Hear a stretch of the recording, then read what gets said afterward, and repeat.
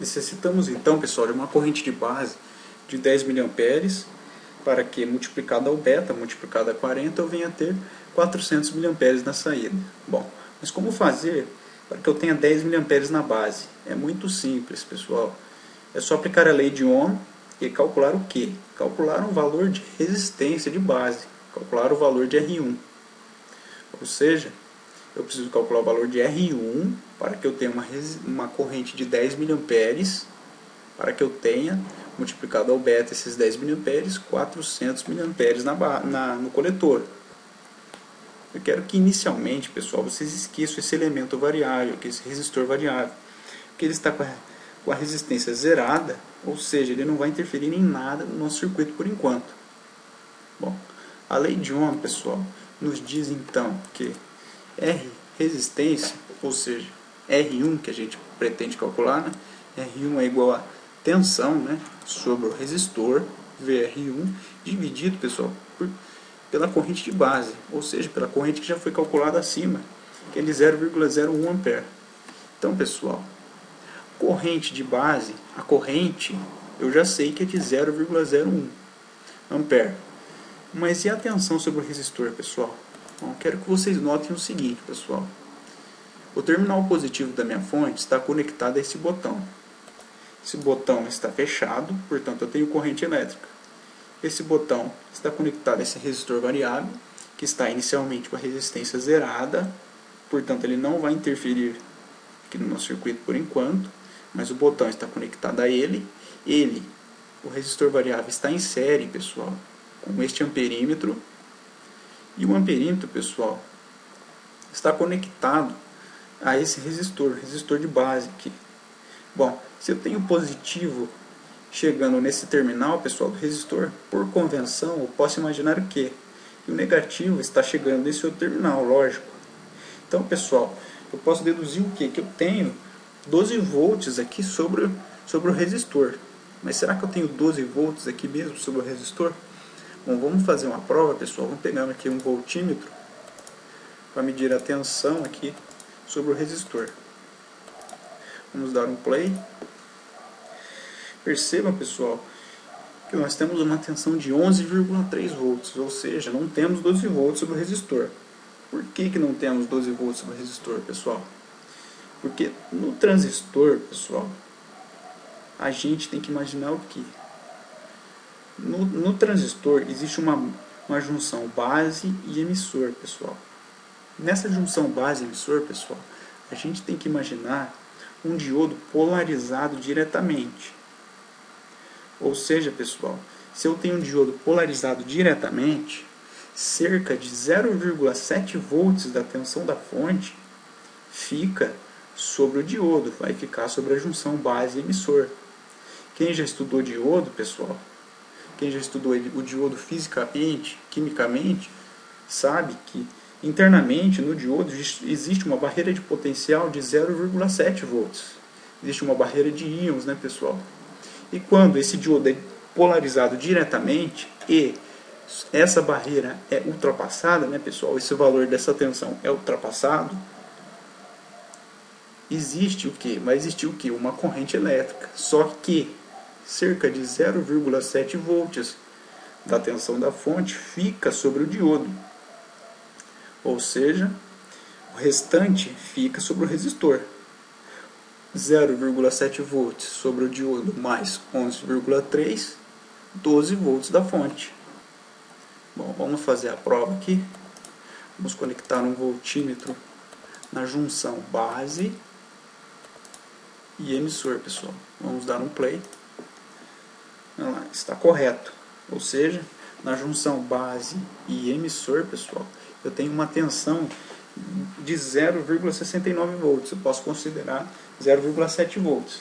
0,7 volts mais 11,3, 12 volts da fonte. Bom, então vamos excluir aqui os voltímetros, né, pessoal, que a gente não vai usar mais.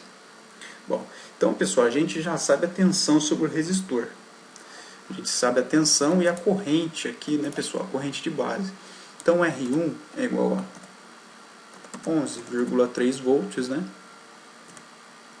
Um detalhe, pessoal, queria explicar para vocês. A tensão sobre o resistor é de 11,3 volts. Só que poderia, pessoal, considerar 12 volts. Poderia considerar 12 volts por quê? Porque, pessoal, eu não necessito, né, pessoal, esse circuito não necessita de uma precisão. Então, pessoal, poderia tranquilamente adotar os 12 volts sobre o resistor, tranquilamente. Eu só estou adotando 11,3 volts porque eu queria que vocês entendessem que existe no transistor uma junção base e emissor, ou seja, em que eu tenho que considerar o diodo, ou seja, 0,7 volts fica sobre o diodo. Mas eu poderia tranquilamente considerar os 12 volts. Não é um circuito em que eu necessito de uma precisão. Então vamos excluir aqui os voltímetros novamente. Vamos para o cálculo.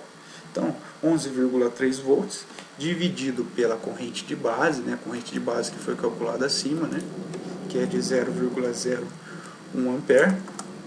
Então, resistência é igual a 1.130 ohms, pessoal. Deixa eu pegar aqui a letra grega ômega, unidade de medida da resistência, ohms. Então, pessoal, precisamos de uma resistência de base de 1.130 ohms.